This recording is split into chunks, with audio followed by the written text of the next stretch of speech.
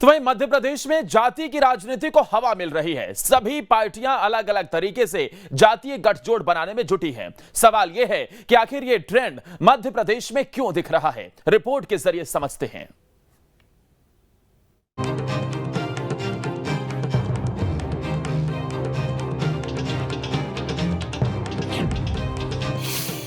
MP में जातीय गठजोड़ का असर।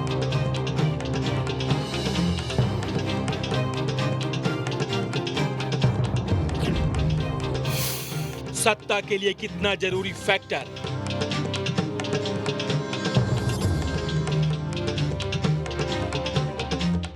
विंध्य और ग्वालियर चंबल को छोड़ दें तो बाकी इलाकों में जातीय गठजोड़ का असर कम दिखता रहा है, लेकिन इस बार सूबे की फिजा बदली सी है। सभी सियासी दलों का एक नया जातीय गठजोड़ खड़ा करने पर जोर है। कोई सौगात दे रहा है तो कोई वादों के जरिए जोड़ने की कोशिश में जुटा है। इसीलिए कहा जा रहा है कि इस बार के चुनाव में धर्म के साथ साथ जातीय राजनीति का भी बड़ा असर दिखेगा। मध्य प्रदेश में भारतीय जनता पार्टी की सरकार सबका साथ, सबका विश्वास, सबका विकास के नारे को लेकर चल रही है। साथ ही में भारतीय जनता पार्टी कभी जाति की राजनीति नहीं करती, हर वर्ग की चिंता करती है, हर वर्ग के लिए काम करती है। उसके उलट आप देखिए कि कांग्रेस पार्टी हमेशा से जाति की राजनीति करती रही।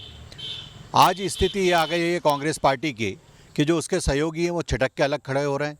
उसका उदाहरण जयस है कि जयस ने कहा है कि पूरे मध्य प्रदेश में वो अपने खुद के कैंडिडेट लड़ाएगी, अब कांग्रेस से उसका कोई लेना देना नहीं है।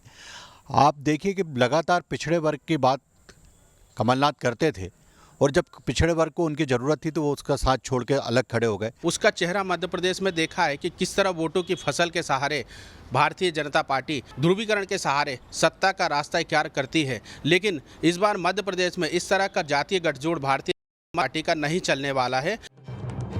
अब सवाल है कि कास्ट फैक्टर पर इतना ध्यान क्यों है, तो जानकार बताते हैं कि इसके कई कारण हैं। मसलन मुद्दों की चर्चा कम हो रही है, धर्म की राजनीति हावी है, बीजेपी कांग्रेस में सीधी लड़ाई है, तीसरा मोर्चा खोलकर जाति की राजनीति कर रहा है, हिमायती बताकर खास जाति को जोड़ने की कोशिश में है, बाकी लोग पीछे रहे तो नुकसान हो सकता है। इसीलिए छोटे दलों के साथ साथ बीजेपी और कांग्रेस भी जातीय राजनीति को साधने में जुटे हैं। पिछले असेंबली इलेक्शंस में बीजेपी की हार का एक बड़ा कारण उसका जाति कैलकुलेशन गड़बड़ाना माना जाता है।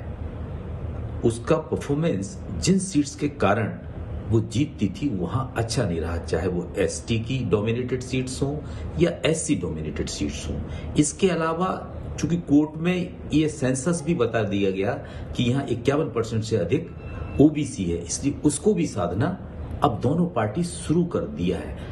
2020 में पुनः सत्ता में आने के बाद बीजेपी ने इन जातियों को विशेष फोकस किया है। साथ ही उसका ये प्रयास भी है कि अपर कास्ट को भी कैसे आकर्षित करें। अब आपको बताते हैं कि प्रदेश में किस जाति के कितने लोग हैं, तो आंकड़े बताते हैं कि आदिवासियों की आबादी करीब 22% है, 47 सीटें इनके लिए रिजर्व है, तो वहीं करीब 17% एससी हैं, जिनके लिए 35 सीटें आरक्षित है। इसी तरह ओबीसी की आबादी 48% है, करीब 80 सीटों पर ये किंग मेकर हैं, करीब 10% ब्राह्मण वोटर हैं, 30 सीटों पर सीधा प्रभाव रहता है, जबकि 7% ठाकुर और 6% मुस्लिम वोटर हैं। गौर करने वाली बात यह है कि जिन सीटों पर एक जाति किंग मेकर रहता है वहां मुद्दों पर नहीं बल्कि अपनी जाति के उम्मीदवार को वोट किया जाता है। इसीलिए धर्म और जाति का प्रभाव बढ़ता जा रहा है। 2018 में भारतीय जनता पार्टी ने अपनी सरकार नहीं बना पाई थी। कारण इसका ये था कि जातीय जो गठजोड़ था वो कहीं ना कहीं पूरी तरीके से बीजेपी का बिगड़ चुका था और इस बार बीजेपी इन गलतियों को नहीं दोहराना चाहती है। शायद यही वजह है, चाहे ओबीसी हो चाहे एससी एसटी वर्ग हो, सभी को साधने का जो प्रयास है वो भारतीय जनता पार्टी के द्वारा किया जा रहा है। देखना होगा कि आने वाले विधानसभा चुनाव में बीजेपी को इसका कितना फायदा मिलता है। वीडियो जर्नलिस्ट प्रदीप के साथ जितेंद्र शर्मा, न्यूज स्टेट, भोपाल।